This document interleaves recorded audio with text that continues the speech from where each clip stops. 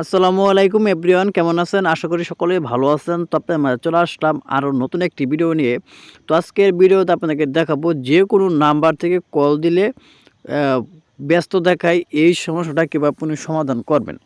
তো আমাদের অনেকের বাটন মোবাইলে দেখা যায়, আমাদেরকে যদি কেউ ফোন করে বা আমরা যখনই কাউকে ফোন করি বা তখন দেখা যায় আমাদেরকে যদি কেউ ফোন করে ব্যস্ত দেখায় বা আমরা যখনই কাউকে ফোন দিয়ে ব্যস্ত দেখাই, এই সমস্যার সমাধান কীভাবে করবেন তার পুরো প্রচেষ্টা আজকের এই ভিডিওতে দেখিয়ে দেব। তো ভিডিওটা কেউ স্কিপ করবেন না, স্কিপ না করে সম্পূর্ণ প্রচেষ্টা দেখে থাকুন, তাহলেই বুঝতে পারবেন। তো আমাদের অনেকের বাটন মোবাইলে বা অ্যান্ড্রয়েড মোবাইলে, তো যে কোনো মোবাইলে কিন্তু এই সমস্যাটা দেখা দিতে পারে। তো এটা কিন্তু আপনি সেটিংসের মাধ্যমে করতে পারবেন না, আমি কিন্তু আপনাদেরকে একটি কোড ডায়াল করার মাধ্যমে এই সমস্যাটার সমাধান করে দেখিয়ে দেব।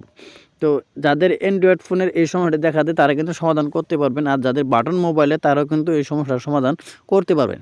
তো কীভাবে করবেন, তো এখন আপনাদেরকে মোবাইল স্ক্রিন দেখিয়ে দেবো। চলুন ভিডিওটা শুরু করা যাক। তো আপনার মোবাইলে যদি কেউ ফোন করে, যদি ফোন ব্যস্ত দেখায়, তাহলে আপনি ডায়াল প্যাড অপশনে চলে আসবেন।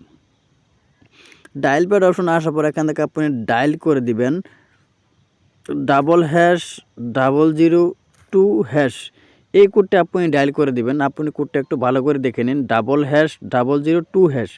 তো আপনার যেই নাম্বারটা বা যে সিমে এই সমস্যাটা, ওই সিমটা আপনি সিলেক্ট করে নেবেন। তো আপনার বাটন মোবাইল হোক আর অ্যান্ড্রয়েড মোবাইল হোক, আমি এখান থেকে বাংলালিংকে দিয়ে দিলাম। বাংলালিংয়ে দেওয়ার পর এখান থেকে আপনি একটি লেখা চলে আসবে। তো এখানে দেখছেন কল ফরওয়ার্ডিং সাকসেসফুল। যদি আপনার কল ফরওয়ার্ডিং অপশন চালু থাকে তাহলে কিন্তু এটা সেরে যাবে, আর কিন্তু এই সমস্যাটা দেখা দিবে না।